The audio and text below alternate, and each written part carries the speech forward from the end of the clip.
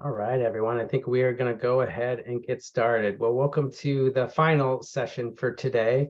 Hopefully you've had a fruitful day and have been able to get some really great content and get some really great sessions in. I know there's been a number of really good stuff today around DBI and intensification for students with the most intensive needs. So I'm excited for this session, partially because I don't have to talk as much because we brought in a panel to share their experiences, but I'm always grateful to hear more from educators in the field doing this work, because we talk a lot about what this looks like, but really at the ground level, I think hearing stories about how people are implementing this and the successes and challenges that they're facing is where the rubber meets the road, is where you can learn just a ton of stuff. So we've got a great panel with us today. So I will kind of jump in and we'll share a little bit of information, and then we will hear from our panel, and you all will get the opportunity to ask questions as we go through this. All right. So last session here, bringing it all together, keys to DBI implementation. So a couple just kind of housekeeping pieces. Again, we are recording this session, so by joining, you're automatically consented as part of that recording, although you won't be captured on screen because your audio and video is not part of this because we are on Zoom webinar.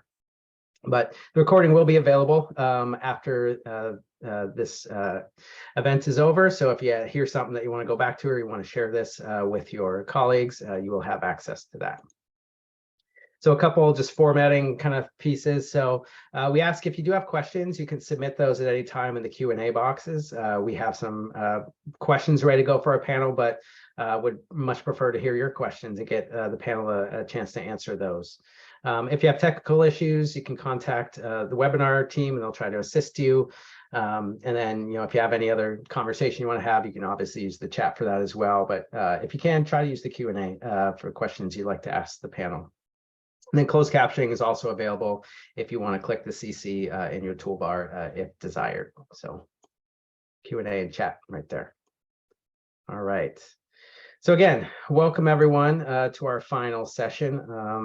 I hope you've had a rich and fruitful day, and today we're going to talk to some educators. So I do want to just, as just kind of a welcome, in the chat box, if you want to just put in what's one big takeaway from a session that you heard today, one aha you had, one thing that made you think, or one useful nugget that you're going to take away from today. If you want to just start populating the chat with that, we can get a sense for what people are excited about hearing today. So I'll pause right there, give you a chance to do that.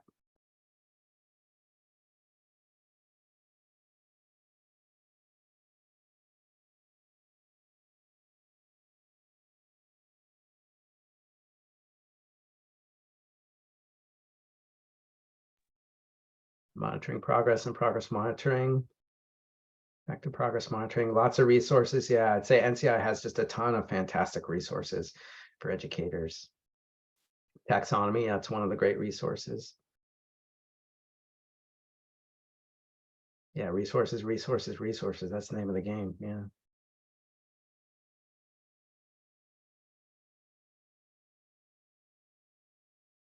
Yeah, the OSET website for policy. Applying database individualization to complement strengths as well as needs. Using data. Progress monitoring, yeah. How to intensify interventions. Tools for adapting and intensifying. Fantastic. Well, it sounds like people got a lot of really great things from today. I'm glad this could help support the work that you all are doing. And we will continue. Hopefully, we get some more great stuff from folks that have been doing this work for a number of years in the field. So today, just kind of the format of what we're going to do today. You can continue to put things in the chat there in terms of things that you took from today. But I'm going to share just some lessons learned from implementing intensive intervention, and then I'm really going to just turn it over to the panel for them to kind of introduce themselves, the work that they are currently doing and have done around intensifying interventions for kids with the most intensive needs. And then we'll open it up to your all questions as well. We want to make sure that you guys get a chance to ask folks that have done this work for a number of years and hear what their perspectives are. All right. So I want to start out with just sharing this. So this is a tool that the link is there, but something put out from NCII just around some lessons learned from implementing intensive intervention. So the work that NCII has done with various states and districts around this work and some of the things that have come out that to think about. And so the first one is really this idea of leadership. And I think we're lucky to have three really great leaders here with us today, but to some extent, and it's not unlike anything else that you're going to do in education. You need strong leadership. You need commitment. You need someone to lead this boat. You need someone that's going to stick with it when it gets difficult. Because as you'll probably hear from our panel today, it's difficult sometimes, and it continues to be. There's challenges, but we need to make sure that we're prioritizing this, be willing to commit resources, commit time, people, training, money, all of this. It's going to be important to be able to do all those things to make this work for kids and for adults. So make sure that we're doing these things. So we have a number of resources. Again, and I know Amy's putting some of the links to these things in the chat, but we've also got these linked in the PowerPoint. Resources for administrators to help provide overview, the rationale for intensive intervention and DBI, as well as how do we make sure that we're supporting intensive intervention across our system. So some resources there for you to look at. But leadership is going to be critical in all of this. A second thing, not unsurprisingly, we're talking about with intensive intervention, often we're talking about tier 3 levels of support and services for students with the most intensive needs. But a lot of the effectiveness of that sits on the foundation of solid tier 1 and tier 2. If we're don't have tier 1 and tier 2 services that are effective and meet the needs of a lot of our kids, it's really hard to individualize and intensify if we have a high percentage of kids that need that level of support. So we want to make sure that we have some of those pieces in place: screening, progress monitoring, systems for looking at data, high quality instruction intervention. Developing those systems is going to benefit your tier 3 and your individualized supports really, really greatly. So we want to make sure that we're working on those things. And it's not an either or. We talk about, you're always going to have kids that have that intensive level of need. So we should always be committing resources to it. But you should always be working on tier 1 and tier 2 as well. And so we can't wait for tier 1 and tier 2 to be done to focus on our kids with intensive needs. But we do those things simultaneously to some extent. So again, we have resources at NCI. We have resources to help guide your selection around screening tools, intervention tools, progress monitoring. So making sure that we've got good tools and resources to support our kids at tier 1 and tier 2. Number 3, start small, focus on one step at a time, and that can look a couple different ways. We've definitely seen this work, especially in larger districts, through some small scale pilots and implementation in some schools. Maybe it's starting with a few teams that are willing to do this. Maybe it's starting with a few schools and scaling that up. But really, if we can try to build some pockets of excellence of people doing this really well, we can share that with other folks as a model. So I want to make sure that we're not necessarily overcommitting and trying to do too much, because there is a level of complexity and commitment that needs to happen with this. And we don't want to overwhelm and frustrate our educators. So we want to make sure that we're giving the right amount of information at the right time. So that may be starting small and doing some pilots, but maybe it's starting small with everyone and kind of thinking, what are the bite-sized pieces that we can give our folks?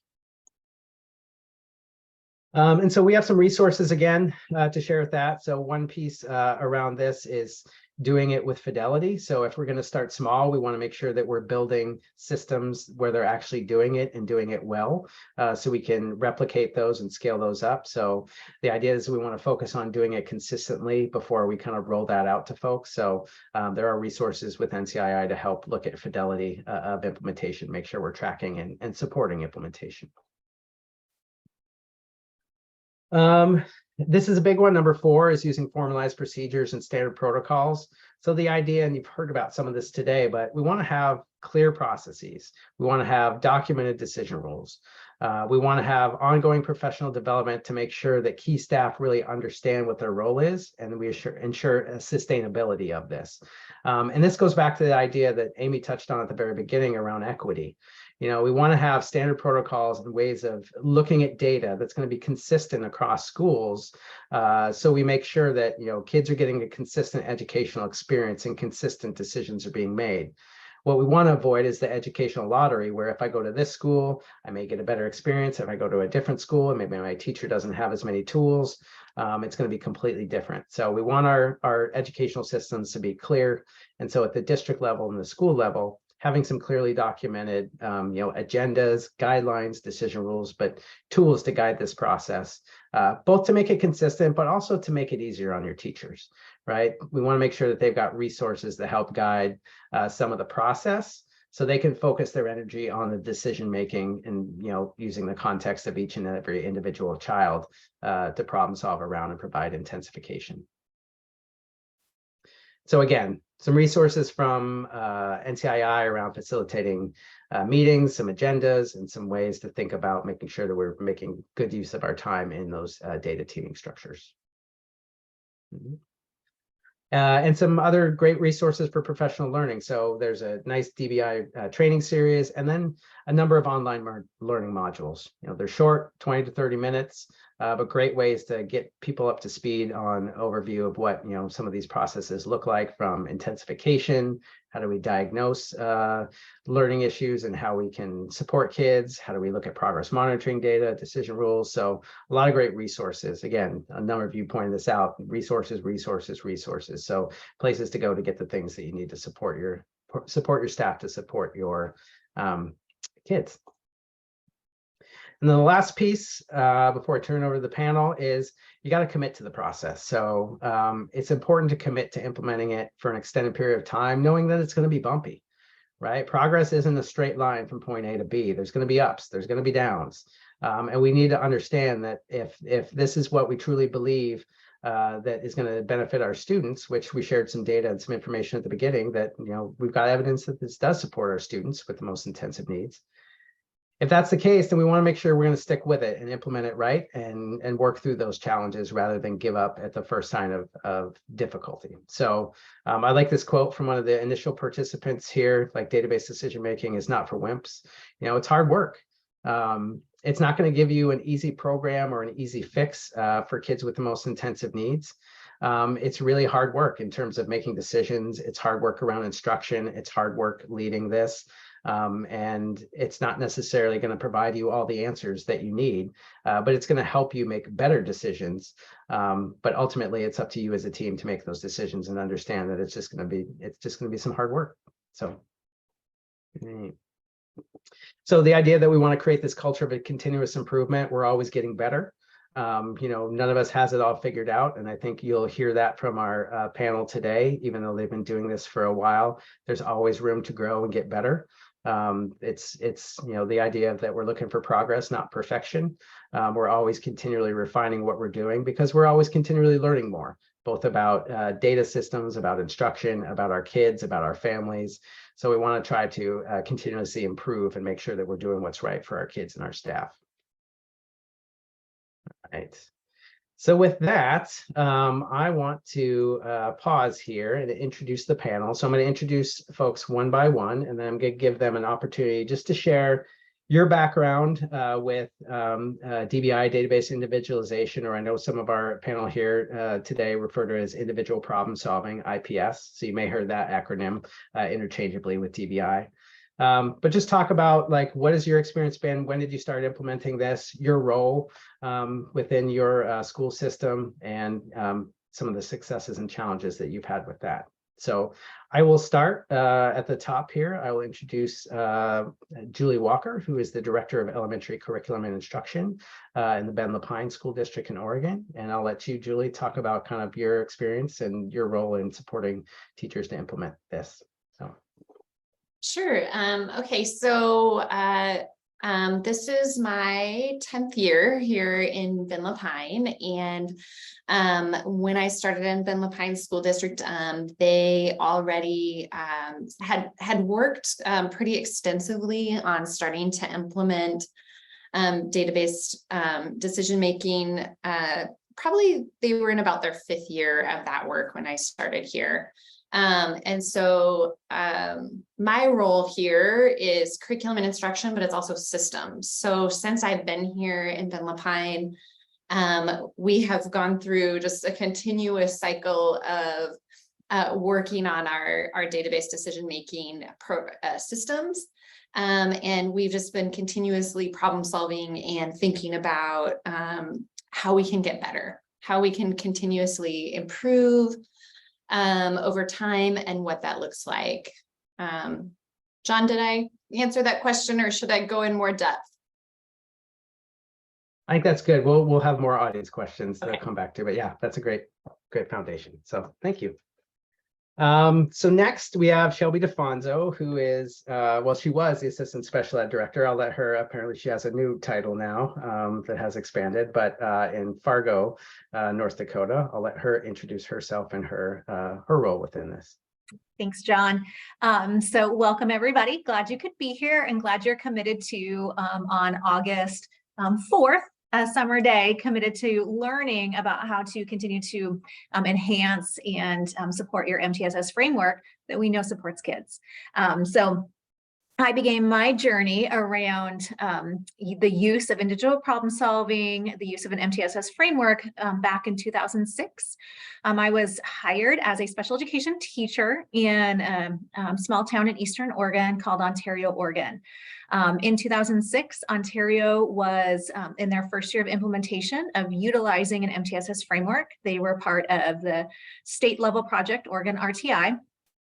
And Ontario was 100% free and reduced district K-12. They were the poorest community in the state of Oregon. And way back in 2006 had a 51% graduation rate. You heard me correct. They were graduating 50% of their overall senior class. And so it wasn't an option. The district had to do something to improve instruction across the board for all students. So I was hired as a special education teacher and I started my career. And so I really dug into individual problem solving or database instruction as a special ed teacher and really look through that lens of what happens when kids get to the end and we're looking at that referral into special education. And what is all of that preponderance of evidence that we utilize to determine that a student is demonstrating those characteristics of a disability and requires specially designed instruction to ensure faith in that educational setting.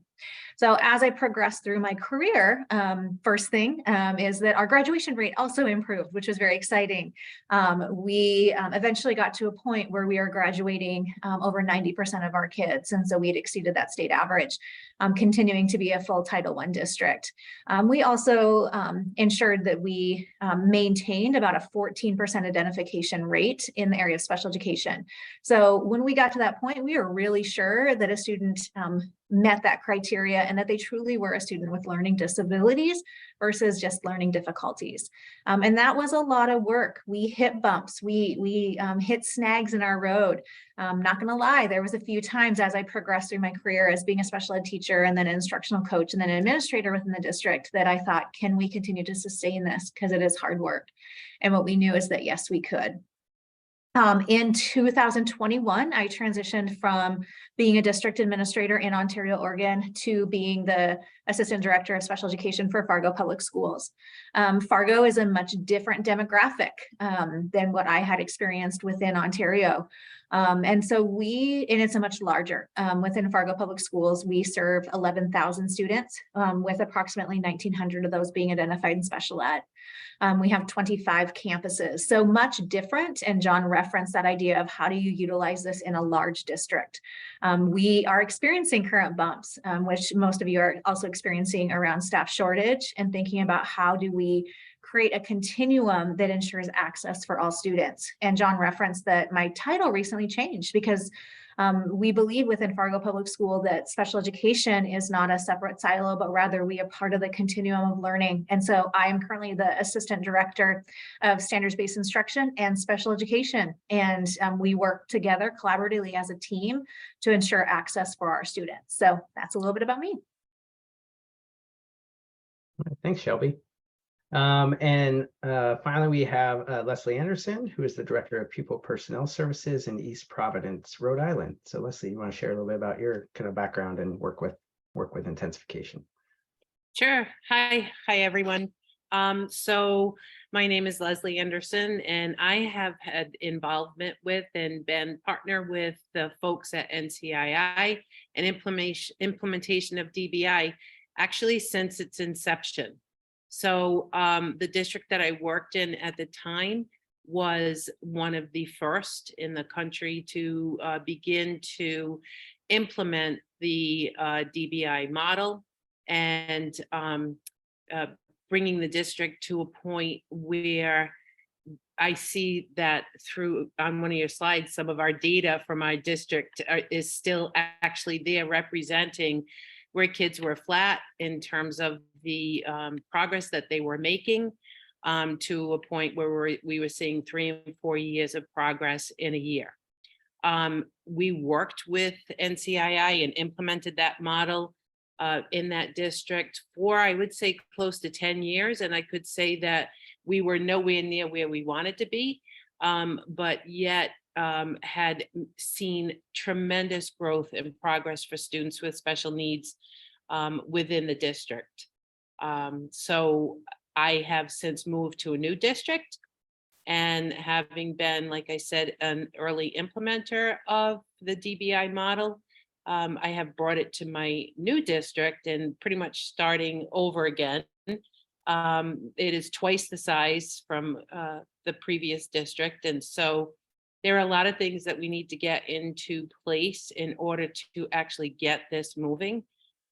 Structures, infrastructures, policies, procedures that do need to be addressed in order for us to begin to make that move in this right direction.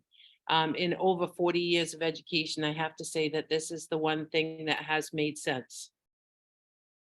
This is the one thing that I have seen kids make great progress, really gain skills to become that independent adult that they will be in their future. So I have a long-standing relationship with NCII and the use of these models. The other thing I can tell you is the whole DBI piece actually should inform or could inform how you build your infrastructure and framework to address MTSS throughout your entire school, throughout your entire district, if implemented well. So that I could probably talk for hours and hours about where we were, where we landed, and how things came about, but I know you have limited time, so. All right, thank you, Leslie. So I'm going to give people a chance. If you have questions, please put them in the Q&A, or you can put them in the chat as well. But while we're waiting for that, I'm going to ask a question of our panel, and I'm going to start with kind of a big question. So you all have been doing this for a number of years. You've got a lot of experience kind of implementing, DBI, IPS, MTSS, these systems. If you could go back, and it sounds like, several of you are in new positions, so you're trying to rebuild these systems. But if you could go back before you started implementing and supporting these systems and tell yourself one thing, or like something to be aware of, or something that you would change back when you started implementing these things, like what would it be? What would you do differently, or something to keep an eye on as you started to learn about and implement these systems? So I'll let anyone can kind of jump in. I know it's kind of a big question, but. Sure, I can jump in. I would say, like, don't commit a suicide, which is an Anita Archerism.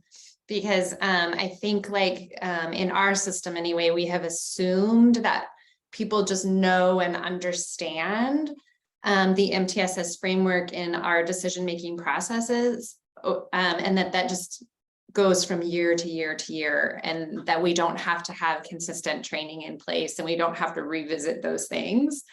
And that has been our probably biggest challenge, is that we haven't consistently maintained training over time. John, Yeah, go ahead. I'll jump in real quickly as far as that goes. I'm not so sure I would have done anything differently, but what I can do maybe is issue a couple of encouragements and a couple of warnings. One is that, probably the most important thing that we did, we started small. My mantra through the entire process was start small, think big, and finally stay the course. So even when it does become difficult, even when it is bumpy, and even when you're not necessarily sure where the process is going to take you, trust the process. It does, even, I think that what Julie said earlier too, that sometimes we make assumptions about what people think, know, and can do. And so that need for constant professional development, encouragement from those who may know a little bit more to those who are implementing is really incredibly important, because they need to have the tools by which to function in order to function well. And so absolutely, to plus on what both the presenters said is to, from the district perspective, to always ensure that you're inspecting what you're expecting. And that goes back to ensuring that you're providing that professional learning opportunities to staff and to administrators, trusting the process, leaning into your framework, leaning into your teaming structures, and ensuring that shared agendas are indeed being used. I think the biggest thing that I lean into is around that teaming structure, ensuring that you have decision rules and you refer to them often. And so you don't try to expedite the process without ensuring that students are being provided that opportunity for intensification of interventions over time, and that you are really following that data analysis process, so you're not jumping the gun. I think for me, it's all about teaming structures and then utilizing decision rules for database decision making, and ensure you're having ongoing professional learning opportunities. Awesome, thank you. Again, put questions in there. I'm happy to ask questions because I got lots of questions. I'd love to hear from educators and learn. So I will ask all the questions that I have if none of you all have questions. So I'll ask another one. Thinking about, like, again, you've had some experience implementing this when you first started and kind of developing that over time. But I think back, like when you first started and maybe now, like what were some of your biggest challenges or obstacles that you were kind of able to overcome when you were started implementing this? And then second part of that, like what are the challenges that you're seeing now? What are the things that you see come up that you're still kind of grappling with and have some challenges with? So challenges when you first started, and then challenges now. What are some of those? I think that I see very similar challenges, even, almost 20 years later, around how do you create a continuum of curriculum options and intervention supports that is grounded in research. And we have that continuum available within the district, and that we are not having different buildings waver from that and doing things that aren't supported from our MTSS framework. That is something that absolutely in a small district, and I see it even more in a larger district, that it's hard. People want to try things, and we have to constantly refer back to what are those approved curriculums, what are those improved instructional strategies, and how can we continue to utilize those to ensure students have access. I think the other thing is really holding tight to that school-wide schedule and ensuring that we are dedicated to Tier 1 instruction, utilizing research-based core curriculums, utilizing evidence-based strategies as well.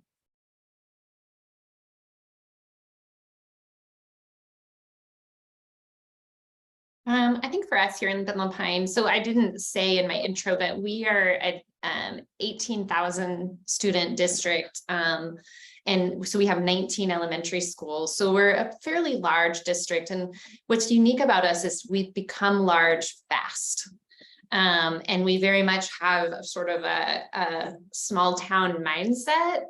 And we've had to adapt very quickly to how fast we have grown. And I think that has been a challenge to our systems and trying to keep those systems in place. But like, I'm piggybacking on everything that Shawi said. I mean, just like the implementation of Tier 1 systems, like that could not be more important. Like that is like the number one thing, is continually making sure that the variability between our classrooms and schools is getting less and less, that we know what our tier 1 programs are and that we are using them with fidelity. And then tier 2 as well, like I would say, like having that really tight schedule of interventions and when they happen. And then also what is taught during that intervention and what does that look like? And that there are instructional coaches or somebody supporting who is teaching those. I would say one of our biggest challenges is the training of the educational assistants that are oftentimes delivering the tier 2 interventions, making sure that they understand what good instruction looks like.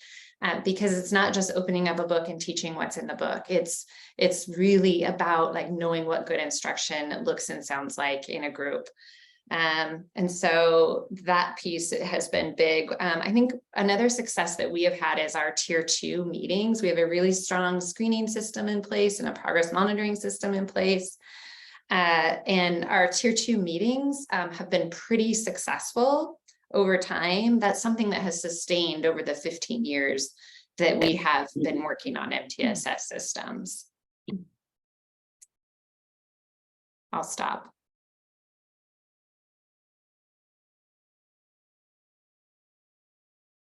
Anything you want to add, Leslie, to that challenges? Well, I was just going to say that I think that some of the challenges back when we were first implementing was getting that buy-in from staff pretty much across the board, because again, you know, we were very early on, and so a lot of this had not spread yet, and so I was very fortunate to work with a superintendent who made these processes non-negotiable pretty much in the district. And so even though they may have not had that initial buy-in, once they saw the proof of what kind of progress students could make and the benefit, that just spread.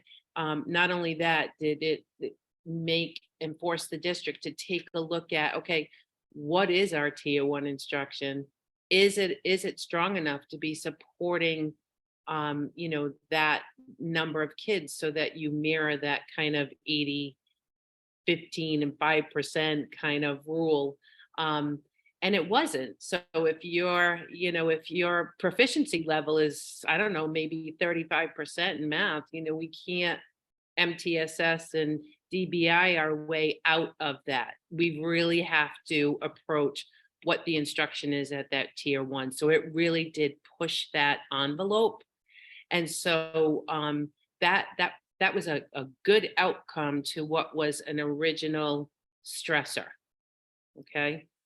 And I was just kind of looking at the questions. It says, when you started small, where exactly did you start? We actually started with 3 students. Mm-hmm. And within those first couple of years, then we spread it to all of our elementary schools and our middle schools. But it took time, and it took preparation, and it took, I think, earlier successes to lead to the bigger. Now, I am in a large district for Rhode Island right now, but nowhere near as large as the other 2 ladies are. So we have about 5,300 students in our district, and I have about 1,100 IEPs currently. So we have a high-end eligibility. We're at like about 22%. And I think it's because these systems are not in place to a large degree. So it does take some righting of the ship in order for us to kind of improve that.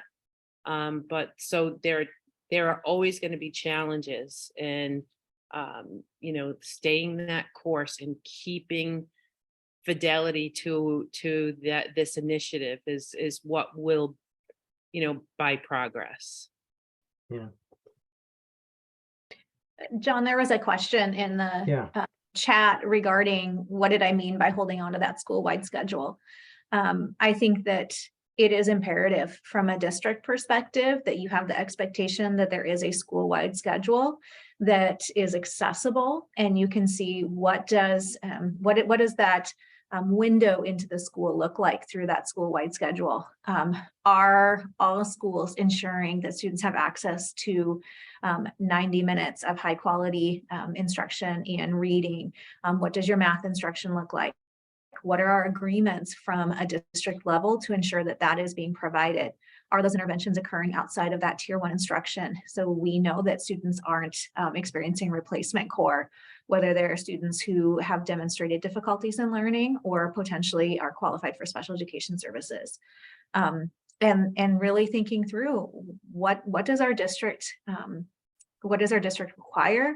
What is important to our district? And do we have a fundamental belief that all students deserve access, and ensure that when they cross that graduation stage, that they are productive members of society to the extent possible? That is when I talk about that school-wide schedule, also referencing that as both Julie and Leslie have, that we need to ensure that we have high quality instruction occurring in tier 1, and that we are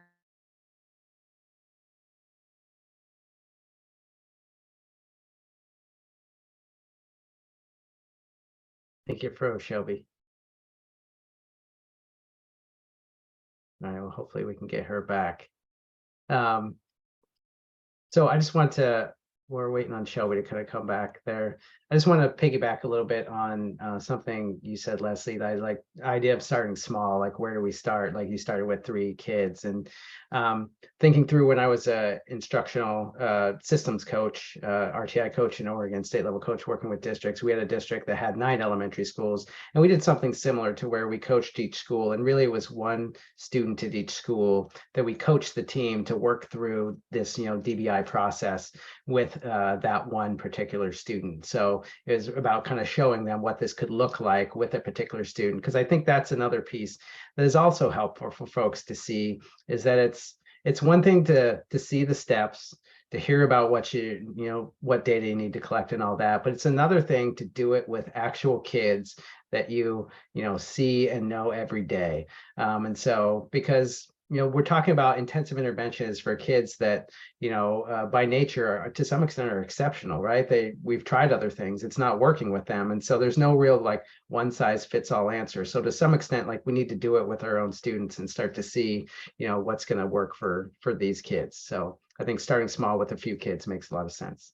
Yeah, John, I'm just going to kind of pick up where Shelby maybe unfortunately got cut off there, is that whole idea of the schedule. And so, we can't implement new things in old boxes, so there's the typical approach to scheduling by a building principal that you can't necessarily support that infrastructure that you need to either implement MTSS or whatever system, whether it's DBI, whatever tier level, that needs to be given precedent over most things, so that not only are you able to support your meetings, but you're also able to support your instructors, and something that needs to be understood within the building is that, like, whose responsibility is it? Whose role is it? It's not just the reading specialist, or it's not just the interventionist, but that everyone within the building needs to own that the MTSS infrastructure that includes DBI and special education students, whatever the students' needs are, it's about all kids, all staff for all kids. And that is really the only way to kind of have enough staff support in order for kids to be serviced appropriately. So we can't be thinking in an old industrial model schedule, for elementary schools, middle schools, but we've got to provide the structure by which we're able to provide the time needed for interventions, not taking kids out of the core, as Shelby was saying. So I am 100% on that. That was a huge challenge when I know that we first started the work. Awesome. Thank you. And Shelby, we got you back here. You're cut off there for a second. Is there anything else you want to talk about, like schedule? No, I think just ensuring that you have your schedule up and going and that staff are aware of it, and you stick to that schedule. I know it gets hard. I believe, like many of you out there, we are experiencing staff shortages in multitude of important areas. And so ensure that you have a solid schedule and that your staff is ready to jump in and follow that schedule as written, because that's how we ensure students have access. Absolutely. All right. Looking through more questions here, and this is a question that I had too, so it kind of piggybacks on that. But Alexandria asked how a parent can monitor the schedule of services and the appropriate time is given. And that's kind of, I think, a broader question around like, how do you engage families and parents in the work that you're doing? Like, how do you bring them in? How do you keep them updated on what the schedule of services is, making sure that they're understanding that the time is appropriate? You know, where do you plug in families and parents into this process?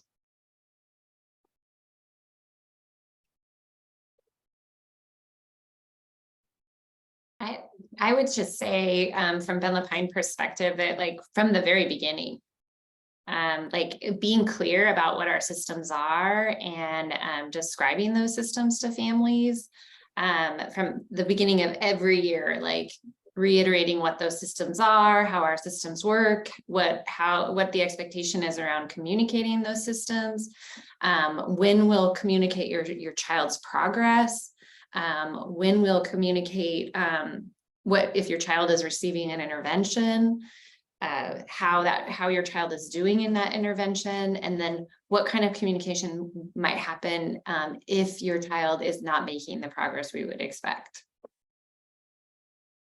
Yeah, I would agree with Julie. It should start from day one. You know, your very first opportunity that you have to share student data with the family to show them, here is how your student is performing. Here is what we are doing to support your student through either potentially receiving some fundamental or foundational skills, or even for our students who are gifted and talented, here's how we're providing those services. And then here's what that intensification looks like, and here's why we're making those intensifications. I've sat on both sides of the table as a parent and educator, and I've sat all the way from, you know, a tier 1 conversation to some of the hardest, you know, eligibility determination meetings you could ever have in the area of special education.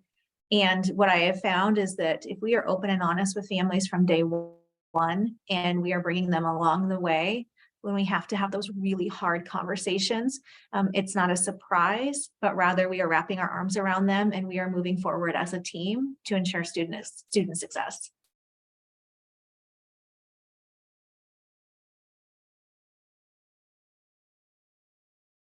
Maybe a kind of additional piggybacking piece too. There's a question, just the central role of families. You kind of touched on that, but also communities. What's the role that communities play in supporting implementation of MTSS and intensive intervention? Do any of you want to speak to like how you brought in communities, any creative things that you've done, or how that's been incorporated in the work that you've been doing?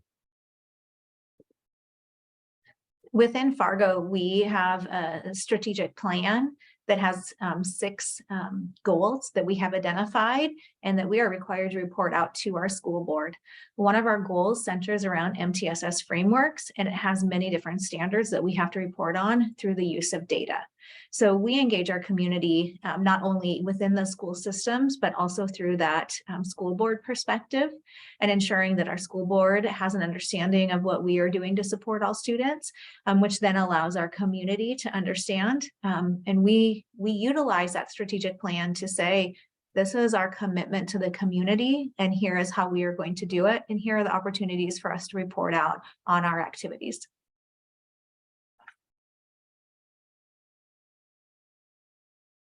Right. Any other thoughts from the other panel members? Anything to add? Now, ours was similar. I'll just say that ours was similar. We just went through a full year of strategic planning at the district level. And so very similar to what Shelby shared. Another piece that came up here, good question. So can somebody speak to or provide a resource for implementing this in a middle school with limited staff and time restrictions? So how do you go about finding time, structuring the day to allow for data teaming needed for fidelity of implementation? So what does this look like in a middle school, and how have you kind of scheduled and made it work in that capacity? Or what are some of the challenges that you've had with middle school? I think the biggest challenge at the middle school is one, resources and actual interventions that are appropriate for that age and grade level.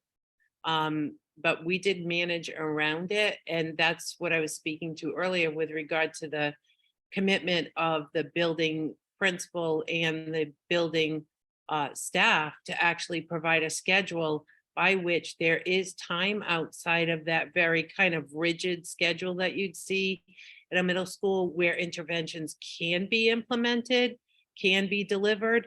And so that you have to become a bit creative in how you're going to be able to do that without removing kids from the core, and be able to provide them with a comprehensive school experience as well. Things are a little bit different at the middle school level than at the elementary, so in my mind, it really is about adjusting the schedule to meet the needs for all students. Yeah. Anyone else want anything about middle school? I think the other thing that we have found in implementation at middle school is to provide that professional learning opportunity, that no longer are you the history teacher or the math teacher or the science teacher, but we all instruct in the area of literacy, and we all need to utilize evidence-based practices to ensure that we are addressing student needs as our data is indicating. And so you may teach in one specific content area, but understanding the impacts that your teaching has on ensuring students have access to instructional practices that support areas that they may be deficit in or maybe excelling in as well. And so moving away from that science teacher, history teacher, to we're all instructors of literacy, and how does that impact our specific content area? Yeah, thank you. I know there's a couple questions in there. I think these are directed at Julie. So Julie, you want to talk a little bit about like who's on your tier 2 teams? Sure. And I tried to type an answer, but I don't think it Yeah. worked. Okay, so who is on our tier 2 teams? Usually in the elementary, we do our tier 2 meetings by grade levels. And so the grade level classroom teachers, usually the interventionist for the building, the administrators in the building, a school counselor. If you have a school counselor, the counselor would be there, our school psychologist, our special education teacher, our language specialist. Who am I missing? I think that's everybody. So pretty much like all of the departments in the building that might be supporting that student or part of the meeting. And then the second part of that question was, what are the responsibilities, the roles and responsibilities for each of those people in the meeting? And typically in most of our buildings, the person running the meeting is generally either the administrator or the interventionist. And then we involve our classroom teachers. Our classroom teachers are the ones that are bringing the data to the meeting. They are bringing their assessment data and information, and that's how they're an active participant. And then most of the other participants are in that sort of question and answer role, or in that role of providing support and ideas. One thing, this is kind of a bumpy area for us right now, is that idea that everybody should be an active participant in the meeting. And so several of our schools have been playing with that idea of giving roles to everyone in the room and asking them to be a part of that. And as part of that, we've been really shifting our MTSS meetings from a conversation about the student and the data that each student brings, and more about like, what are the adult actions? Like, what is the instructional moves? What are the instructional moves that this data is showing us that need to happen. And so with that, it makes everybody a lot more of a participant in the meeting, because everybody in that meeting can provide ideas about instructional moves or things that we could do to change the environment for that student. So this last year, we've really been structuring our meetings in a way that is like asking a question of like, what trend are we seeing in the data, and what instructional moves could change that trend?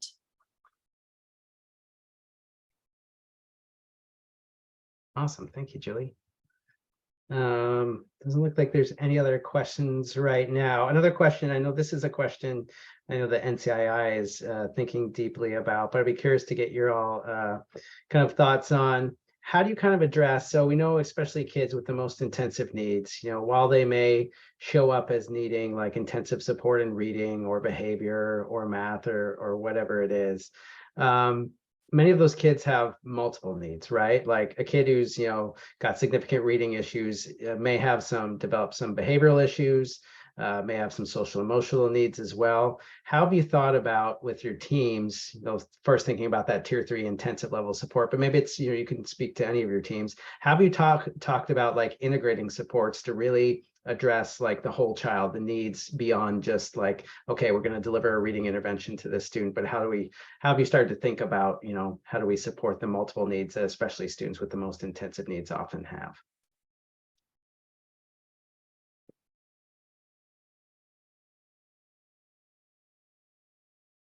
I think that some of what you find is that they can be treated or addressed simultaneously as students' academic experiences become more positive. Sometimes you see a correlated increase in positive behaviors as well. That was our experience throughout that process with students. So that's what I would kind of recommend, and that is what we saw happen. I would say within Fargo, we utilize a level of support around classroom management, that it is an expectation that occurs in tier 1. And then as an intensification of supports continue kind of up and down that tiered system of support, that we continue with that same framework to ensure that all students are able to access their content and instruction, and that those routines become very embedded in all of our instructional components, whether students are in tier 1, whether they are in small group instruction, whether they are in special education. And we actively coach on that approach to ensure that we are fulfilling that. So students can start to really focus on that academic content and not worry about different behavioral supports or strategies in the varying classrooms or settings they may be in, but rather we have the same approach no matter where students are at. And so that does allow us to focus on that academic content. I think also it is about creating that continuum of support that ties back into tier 1 instruction, whether you're talking about academics, whether you're talking about behavior, whether you're talking about that social emotional learning, is how do we create a continuum that ties back into tier 1. So we ensure that no matter where students are at in the system, that they are receiving the similar structures, and so they can focus on that academic content. Awesome, thank you. Anything, Julie, that you wanted to add to that? Okay, great. Probably got time for a couple more questions. So I have kind of a wrap-up question, but I'll hit the one other question we have in the Q&A here. And I don't know, maybe someone addressed this. Has there been any discussion on the implementation of UDL and the impact on access for all students within this work?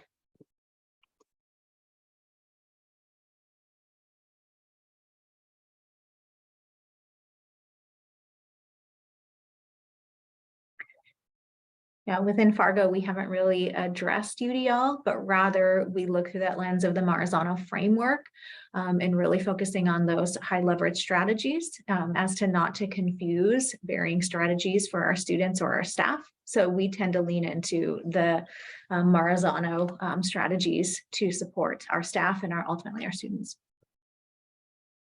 I would just piggyback on exactly what Shelby was saying, that we haven't gone into UDL specifically too much at this point, but rely heavily on our instructional framework and finding access points for all students within our instruction. Great. So as we have just a few minutes left here, I want to end on kind of on a positive note. This has been a super conversation and some great ideas shared here, but I wanted you to kind of reflect on within implementing, individualized interventions for kids with the most intensive needs, this whole system of DBI and IPS. What did talk about like one success you've had, or one of the things that you're most proud of in terms of implementation at your sites? Like, one is a big win, something you're proud of, just like what can you kind of hold up there as something that you're excited about and proud of that you've accomplished, that your school or district has accomplished? I'll pick up on that, John. I think that the thing that I am most proud of is in looking at what the product is today, or what the initiative is today, versus where we were 12, 13 years ago when we first started, and how much it's grown. And that the work that I did, really early on, and scratching my head up late at night, and, how are we going to do this? And to see what it's become today, and,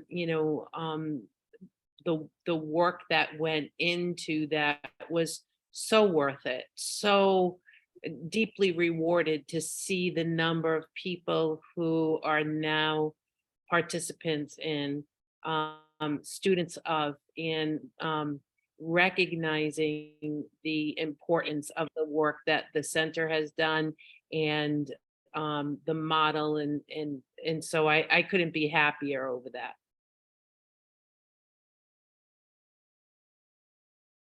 I would say I'm most proud of just like our perseverance, just as a district, in the we are sticking with this, and we are and trying to just continually get better. That cycle of improvement of we're always examining our systems and trying to get better, and looking at those systems and asking ourselves, are they working? Are they not working? And then what do we need to tweak to make them better? And then the other thing I would say I'm most proud of in the IPS, specifically the individual problem solving, is that we've really began to look at more of an asset-based thinking, strengths-based thinking about students, instead of just what is the problem that the student faces. It's how can we capitalize on their strengths to really help them be successful?